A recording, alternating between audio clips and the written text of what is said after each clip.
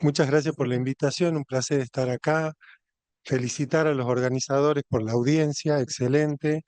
Felicitar a los disertantes que me precedieron, me pareció de un nivel excelente las charlas y sobre todo agradecerle a mi amigo a Gerardo que me haya invitado a poder visitarlos hoy, esta ciudad tan linda. Bueno, vamos a hablar de un tema que a pesar que es fibrilación auricular, son casos muy poco frecuentes. Nosotros los cardiólogos, como vieron en las presentaciones acá de los doctores, estamos acostumbrados a ver, a tener mucha información. Perdón que tenemos mucha evidencia en todos los temas y particularmente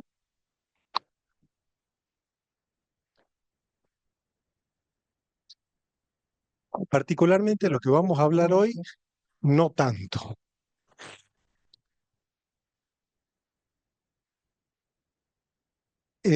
La magnitud del problema en la FA. Como ustedes pueden ver,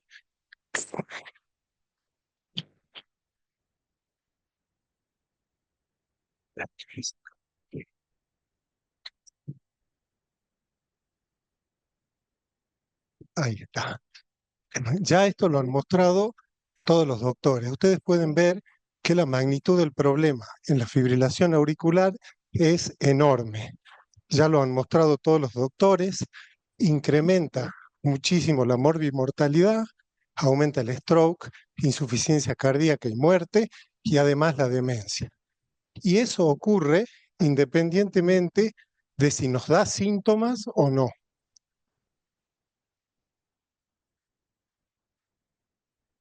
Además de eso, nos incrementa muchísimo los costos de salud y nos empeora muchísimo la calidad de vida de nuestros pacientes.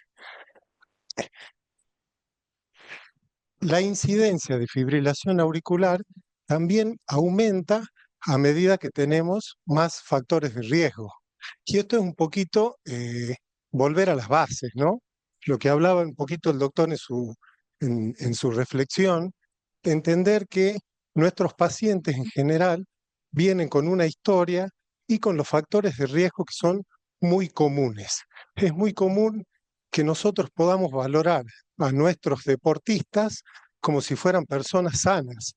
Y muchas veces pasa que no lo son. Entonces ustedes fíjense cómo a manera que tenemos más factores de riesgo, se incrementa la incidencia de esta arritmia que es tan difícil de tratar. Pero, por supuesto que nadie quiere demonizar a la actividad física.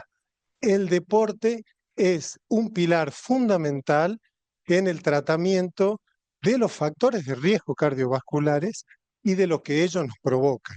O sea, tanto los eventos isquémicos como también la fibrilación auricular.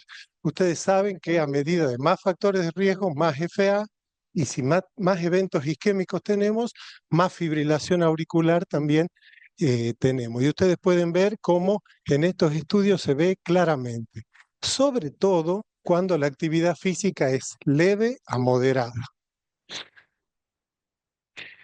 Los beneficios son amplios y estos ustedes los pueden ver en estudios que son bastante rigurosos. Fíjense, más o menos 50 pacientes, mitad que se le hizo hacer ejercicio y mitad el grupo control, y se le implantó por un año un loop recorder, seteado para poder registrar episodios de FA que duren más de 20 minutos.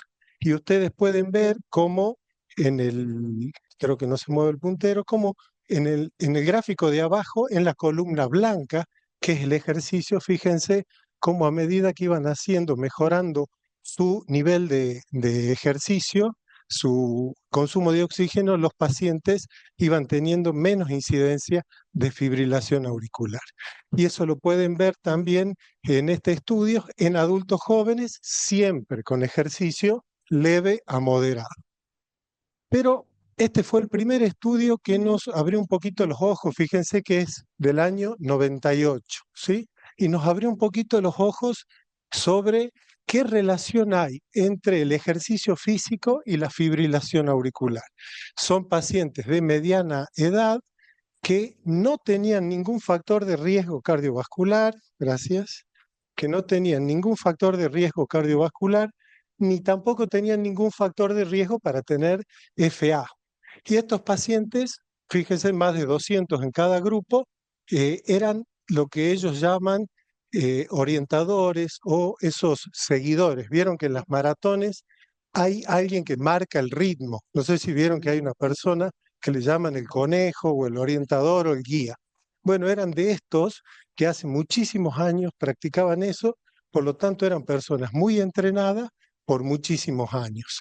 Y le hicieron un seguimiento a 10 años y ustedes pueden ver cómo claramente la incidencia de fibrilación auricular en este grupo era muy superior al del grupo control, 5% contra casi el 1%. Estos pacientes tenían, los que tuvieron FA, una edad media más o menos de 50 años, pero todos tenían más de 30 años de entrenar sin detenerse, sí, de entrenar en forma continua. Y todos tenían en este grupo menos enfermedad coronaria que en el grupo control. Entonces está claro que el ejercicio nos hace muy bien para algunas cosas, pero si pasamos cierto umbral o cierta línea, podemos tener riesgo de tener fibrilación auricular. Este es un blog muy interesante y divertido en el que nos muestran cuáles son las personas famosas del mundo que han tenido FA. Y ustedes pueden ver, por ahí lo más grande la conocerán, Billie Jean King, un ícono del tenis, y ella tuvo diagnosticado formalmente fibrilación auricular y hoy ayuda a algunas casas farmacéuticas a promocionar lo que hablaba la doctora, a prevenir el stroke.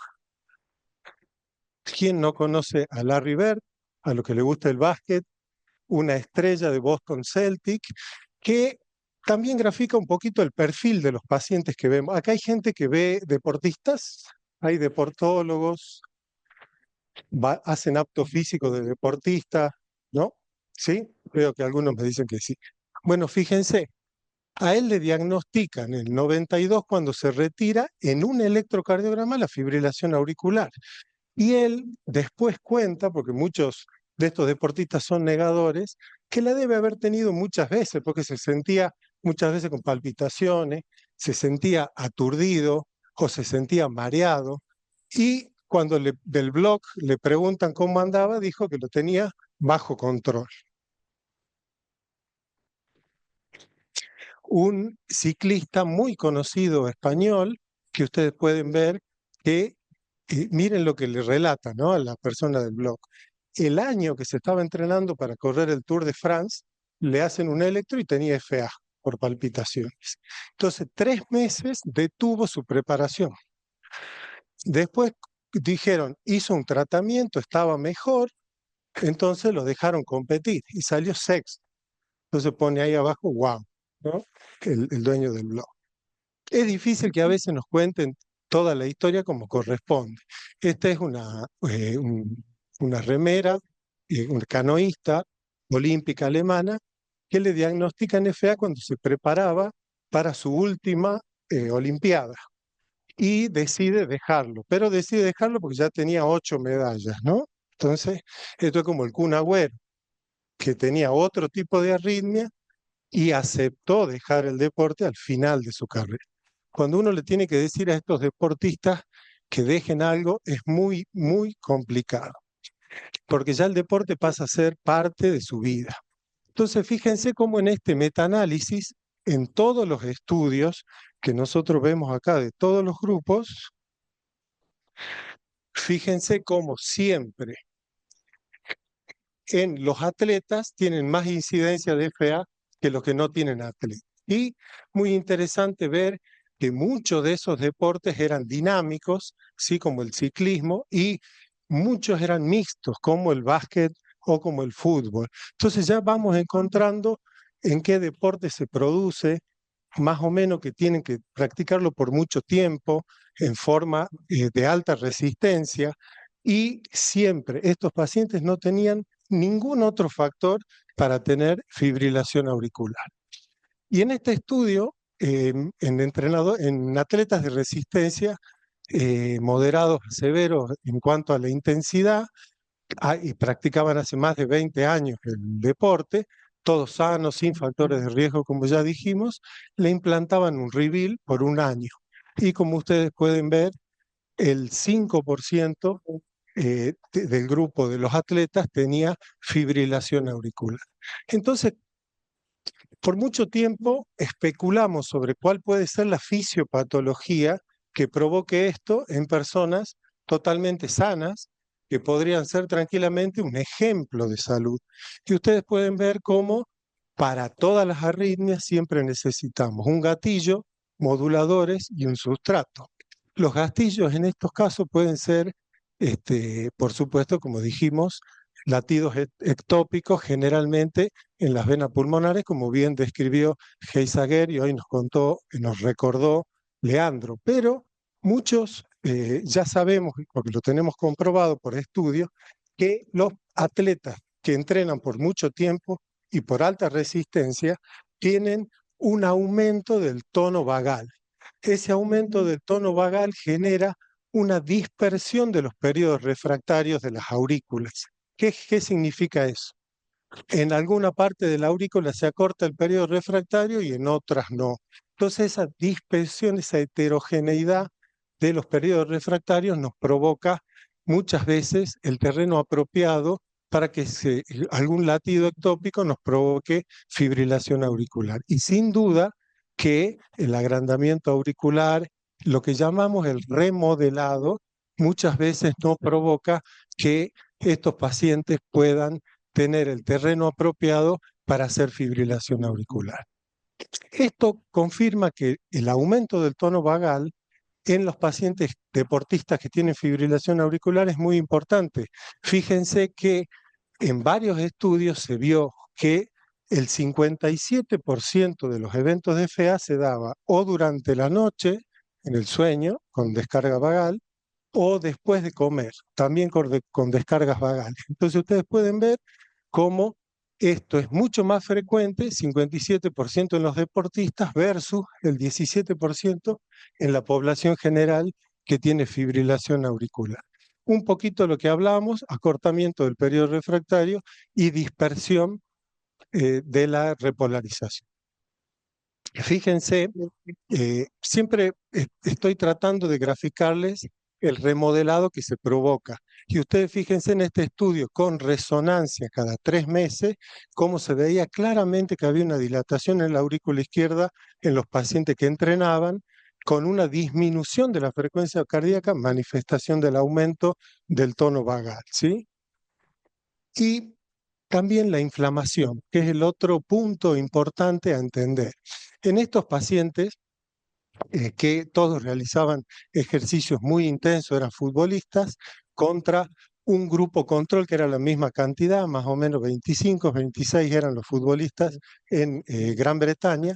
Fíjense cómo le medían diferentes tipos de interleuquinas o de marcadores inflamatorios. Y fíjense cómo durante el ejercicio la interleuquina 6, que es una de las más proinflamatorias, tenía un pico en ese momento.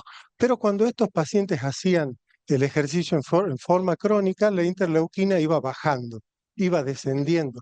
¿Qué es lo que ya sabemos? El ejercicio en forma crónica es beneficioso, ¿sí?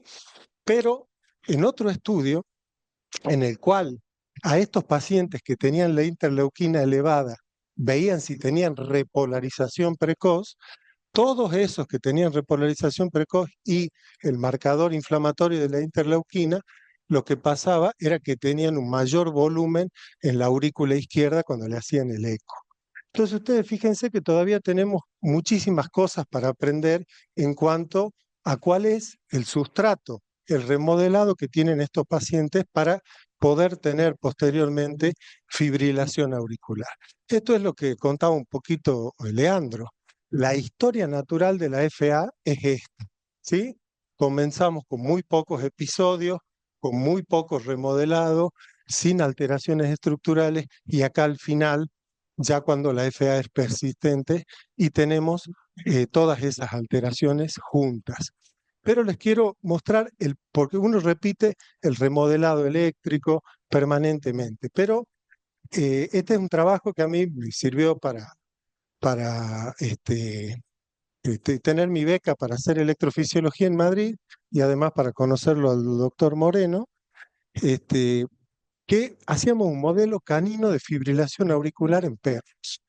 Pero lo que hicimos es ver un remodelado precoz, solamente 72 horas. Le poníamos un marcapaso a los perritos, lo estimulábamos a 400 latidos por minuto y después veíamos qué pasa, ¿sí? Ah, sí, los protectores de los animales nunca les gusta esta diapositiva, pero fíjense cómo el periodo refractario basal se veía acortado solo a los 3 días. A los 3 días ya teníamos remodelado eléctrico.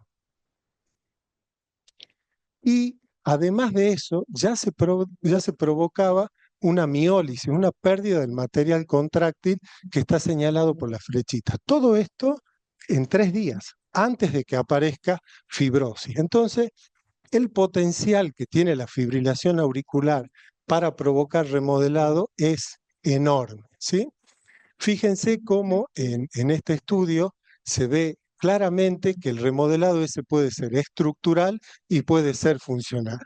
Entonces nosotros tenemos de sobra motivos para especular con todo este remodelado que quizá lo que le ocurre a estos deportistas que hacen un poco de más de ejercicio es que preparan el terreno en su aurícula para poder tener con algún gatillo fibrilación auricular. Pero ¿por qué le pasa a unos que entrenan mucho y a otros no? Evidentemente todavía hay cosas que no conocemos.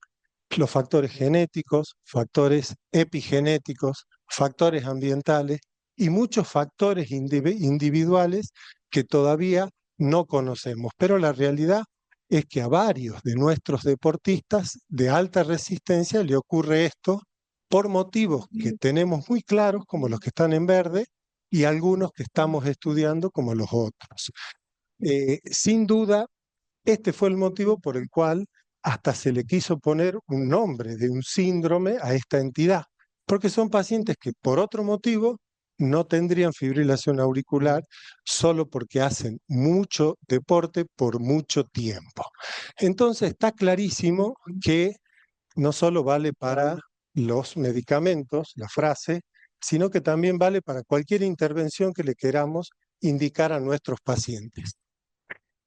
En una medida es un tratamiento efectivo y si nos pasamos de dosis o le damos la dosis inferior, nos puede hacer mal.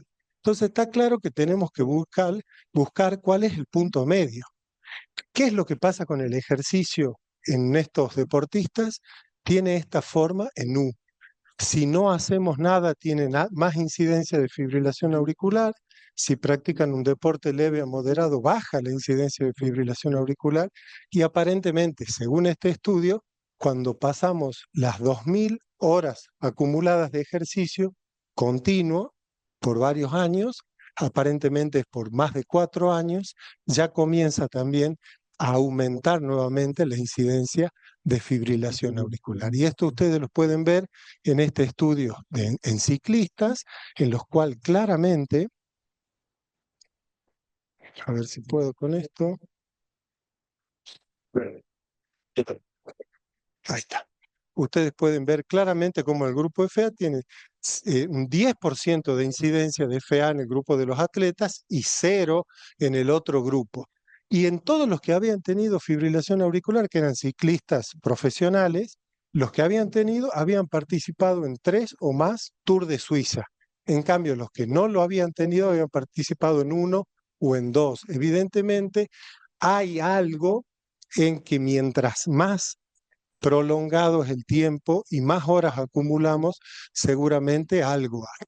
Entonces, empezamos a buscar con los estudios cuál es el umbral en el cual podemos esperar que un paciente que nos viene a ver puede llegar a tener fibrilación auricular. Y ustedes fíjense, en este estudio separaron en menos de 3000 horas de 3.000 a 5.900 y más de 6.000, y como pueden ver claramente que el agrandamiento auricular era superior en términos de volumen mientras más horas acumulaban de ejercicio. Y en este otro estudio, lo mismo, ustedes pueden ver acá cómo claramente a medida que las horas se iban incrementando, era un factor independiente para el mayor riesgo relativo de fibrilación auricular. Entonces, sin duda que según los estudios, cuando pasamos de más de 2.000 horas acumuladas de ejercicio, tenemos mayor riesgo de tener FA, pero cuando pasamos las 4.500 ya se acerca más o menos al 10%, pasamos el 10% de la incidencia de esta arritmia. Entonces empezamos a buscar y a encontrar ya umbrales para este ejercicio. Pero eh, como ustedes pueden ver, esto no pasa para las mujeres y todavía no sabemos bien por qué. Sí, así como se encuentran, como ahora están beneficiadas en muchos aspectos, y bueno, no quiero decir nada inapropiado, las mujeres están, no se genera toda esta evidencia que yo les acabo de mostrar, no pasa con las mujeres y todavía no sabemos bien por qué ocurre esta variación individual. ¿Y cómo tenemos que manejar todas las diferencias que hay en la fisiopatología que hicieron pensar que esto era un síndrome aparte? No ocurren con el manejo. Se manejan estos pacientes exactamente igual que todos los otros pacientes que tienen fibrilación auricular, excepto por esto, por el desentrenamiento, que es una mala noticia que ningún deportista quiere escuchar, ¿sí? Porque ya el deporte es parte de su vida. Entonces, salvo eso, todo el manejo es igual.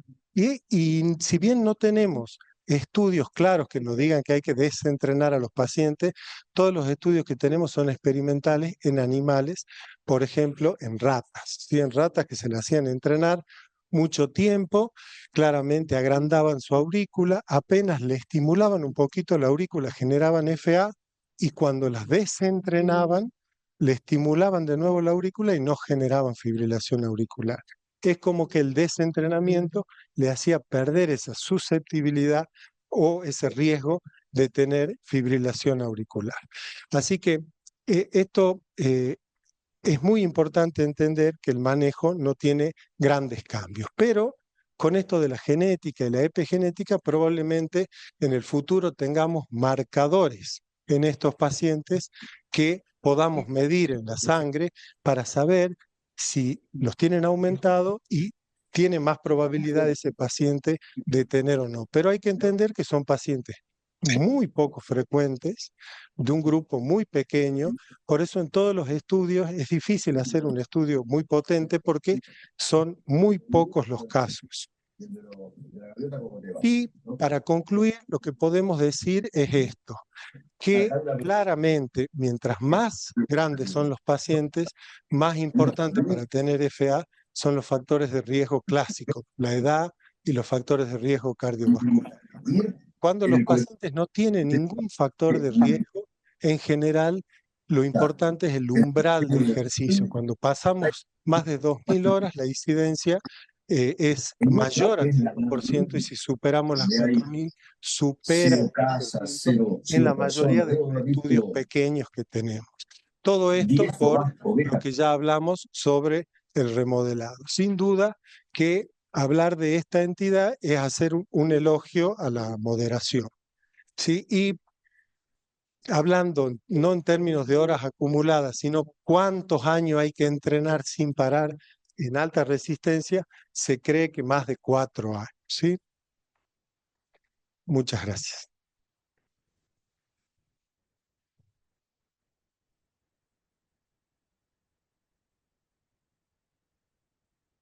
¿Horas en cuánto tiempo? ¿Qué son? Las horas. Y tiene que ser sin detenerse. No es que uno entrena 2 años, deja 3, tiene que ser continuo, Ajá. como ocurre en estos deportistas que ¿Pero no en paran. cuánto tiempo eso? ¿En un año? Los estudios no miden en cuánto tiempo, es horas acumuladas en general con 3 horas semanales, 3 horas semanales. distribuyéndolas en 3 horas semanales Ajá. la mayor parte de los estudios. Claro. O sea, 3 horas sería el límite diario, digamos. No, lo que pasa es que qué persistencia tiene uno para hacerlo a eso. No, por eso, pero eso sería el límite si se hiciera todos los días, digamos. Es difícil responderlo así, No, digo dividiéndolo. para el consejo para los pacientes, ¿no es cierto? El consejo para los pacientes, en general, la evidencia es con horas acumuladas. Ajá, Entonces, si nosotros tenemos un paciente que entrena duro por más de 4 años, es un paciente en el que uno tendría que tener en cuenta esto, medirle muy bien la aurícula, claro, probablemente, si bien los resonadores que tenemos nosotros no son muy buenos para ver fibrosis en la aurícula, hacerle una resonancia. claro. Perfecto, gracias.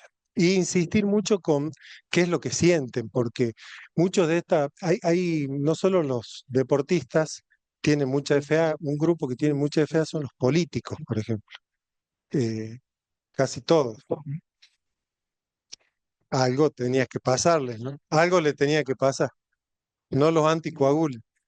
Pero es muy importante porque muchas veces después que le encuentran la fibrilación es común que digan, no, sí me sentí raro, no, sí sentí algo. Entonces por ahí insistir un poquito con los síntomas y hoy, que lo mencionó Gerardo, todo el mundo tiene un reloj que puede marcar el aumento de la frecuencia cardíaca y eso es muy valioso.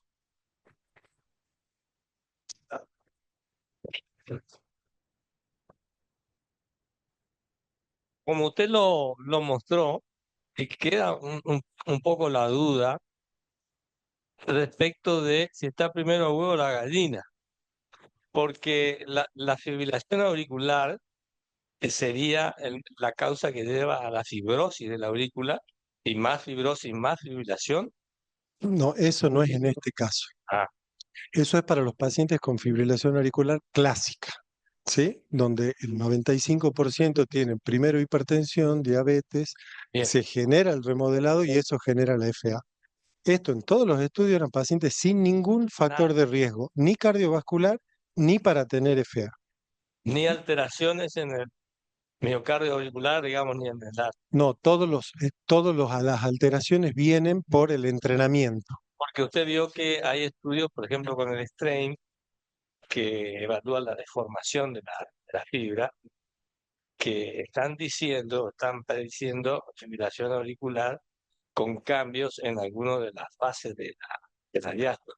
Bueno, eso puede ser muy valioso, pero cuando uno tiene el paciente al frente, uno sabe que es un Claro, deportista que hace muchos años que entrena y eso puede servir. ya Eh, más precoz.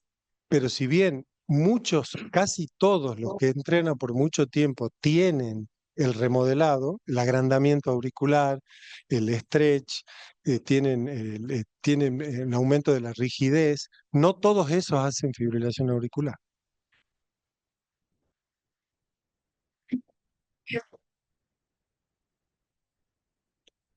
¿Al cuánto tiempo el paciente deportista, digamos, que tiene el diagnóstico de SPA puede volver a hacer deporte, digamos, y si puede mantener esa dinámica moderada, intensa o Eh, disminuir? no sé si lo recalqué, pero el tipo de FA que tienen estos pacientes es FA paroxística, son episodios paroxísticos, porque es el principio de la historia natural. Entonces, todo lo que vayamos a hacer es como cualquier otro paciente, es interrumpir esa historia natural. La dificultad está en si le vamos a indicar el desentrenamiento o no, porque eso le va a alterar su vida. Todo lo demás es lo mismo que harías con otro paciente. Si es una long atrial fibrillation, el primer episodio, solamente observás, buscas alteraciones, ¿sí? El tema es que si vos tenés uno de estos pacientes al frente con muchas horas de entrenamiento acumulado por muchos años y vos ya tenés que abrir los ojos, puede ser esta entidad, aunque vos no encuentres nada. Fede, ¿tienen en tu centro algún protocolo para evaluar el paciente o para hacer screening de FA en los deportistas? No, para hacer screening de FA no, pero para valorar a los deportistas sí. En mi centro se hace mucho prevención de muerte súbita de deportistas porque vemos en Salta está muy de moda los grupitos de running, hay muchos y son gente que vienen mucho a la consulta, entonces los controlamos a casi todos, les damos charlas, entonces muchos de ellos los controlamos futbolistas también, basquetbolistas. Y sí tenemos un protocolo para controlarlos a todos igual. Ese protocolo depende si el paciente viene de la parte pública, o sea, si no tiene cobertura, o si viene con obra social, que es totalmente diferente. No es lo mismo que venga el gobernador y te diga a vos, tenés que valorarme 15.000 deportistas que tenemos de la provincia. Entonces vos te vas a ajustar a las guías, ¿sí? Interrogatorio, examen físico, electrocardiograma. En cambio, los pacientes que vienen con obra social, nosotros le pedimos adicionalmente una ergometría y un ecodoppler. Y con eso los valoramos. Y sí tenemos un interrogatorio que incluso lo tenemos subido en nuestra página e invitamos a los atletas que no se controlan con nosotros que lo impriman y se lo lleven a su cardiólogo, donde todo está para tildar por sí o por no, para que no dependa de si el cardiólogo sabe o no sabe de este tema. Sí o sí se lo tenga que preguntar o buscar. La página es SEMS, OneSalta, OneSalta, Qué rico. www.onesalta. Ok, qué interesante y controversial, porque me imagino que vos tenés estos pacientes que son pacientes que quieren seguir haciendo deporte, porque vos tenés estos pacientes que van a aplicar todo lo que sería poner fea paroxística, le ofrecés la ablación en algunos pacientes, le ofrecés tratamiento médico. Estos casos, ¿qué haces con estos pacientes? Pues seguramente en estos pacientes que quieren seguir haciendo y Bueno, someten a todo lo el posible. tratamiento médico, un poco lo que preguntaba también la doctora, el tratamiento médico es un problema, porque todo lo que le vayas a dar le altera su rendimiento, le baja la presión arterial cuando son pacientes normotensos, entonces el tratamiento farmacológico no es viable en estos pacientes muchas veces. Y no hay ninguno de ellos que no quiera seguir practicando el deporte. Y en general hay muchos colegas como que les molesta. Yo intento que nunca dejen de hacerlo, ¿sí? Que nunca dejen de hacerlo. Sí, les informo qué es lo que dice la literatura sobre esto.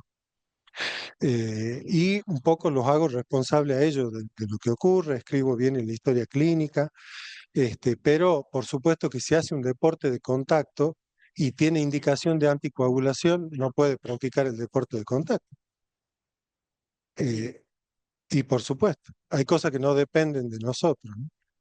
Fede, te quería preguntar, con respecto a estos pacientes, viste que si bien las guías ya nos avalan a hacer ablación en primera línea, desfibrilación auricular en pacientes recurrentes, nosotros por las características que tiene el país, siempre primero nos medicamos y cuando recurren, recién ahí, para que las obras sociales nos autoricen la ablación, recién ahí pedimos la ablación. Los pacientes deportistas, que ya dijiste, intolerantes al medicamento, que quieren seguir a hacer deporte, digamos, bajás el umbral para indicar Pero la ablación. totalmente, son pacientes ideales para indicarle una ablación, pero rezá de encontrar focos en las venas pulmonares.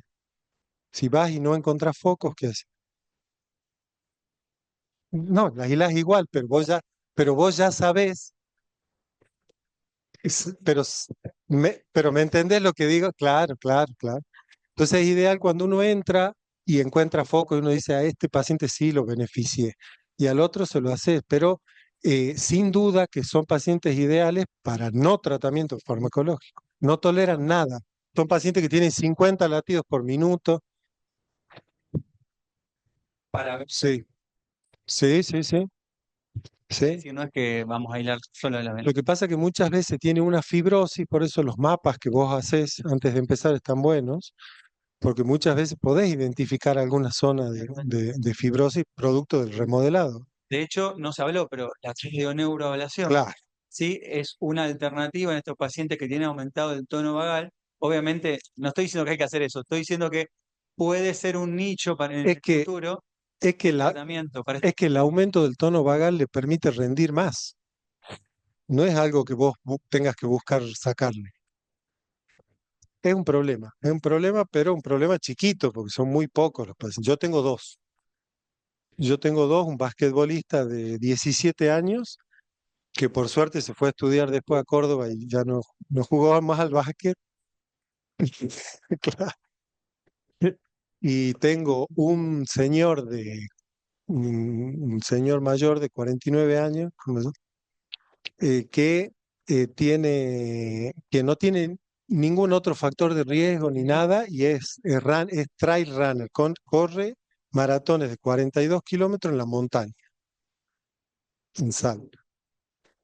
Una preguntita en relación al acto de ejercicio y la disfunción endotelial. Está probado que hay una mejoría.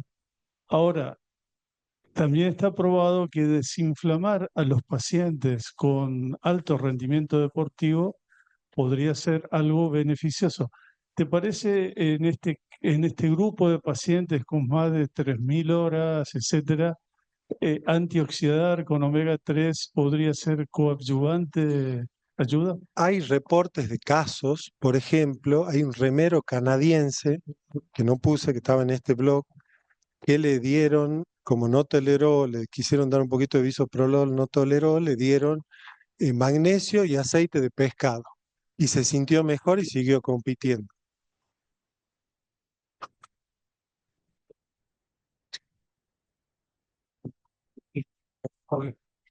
Claro, El licosento de etilo que se utiliza para hipertrigliceridemia, una de las complicaciones que llega a una frecuencia de alrededor de 10-12%, es la fibrilación auricular. sí, lo que yo quiero decir es que me parece que quisieron darle algo que no le moleste, pero ¿qué esperanza puede tener uno que haga eso? De evidencia no hay.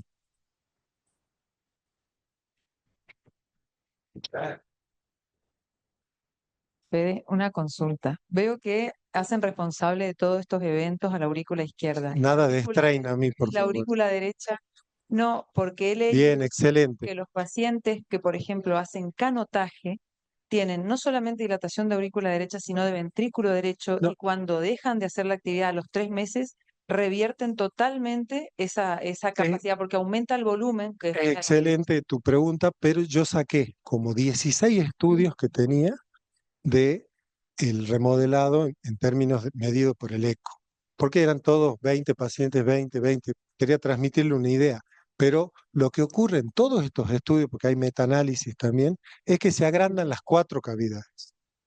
Se agrandan las 4 cavidades y el agrandamiento de las cavidades derecha es sobre todo más en agudo, cuando hacen el ejercicio vigoroso y después vuelve, ahí sufre más el ventrículo derecho y la aurícula derecha y después se relaja. Lo que pasa es que tienen paredes más delgadas y cualquier aumento de presión y de volumen lo sufren más. Y una cosa que decían que me pareció muy interesante, que en algunas series de estas con agrandamiento auricular izquierdo, que tenían FA los pacientes, no se acompañaba la dilatación del ventrículo izquierdo del grado de dilatación de la aurícula izquierda. Entonces hacían un índice,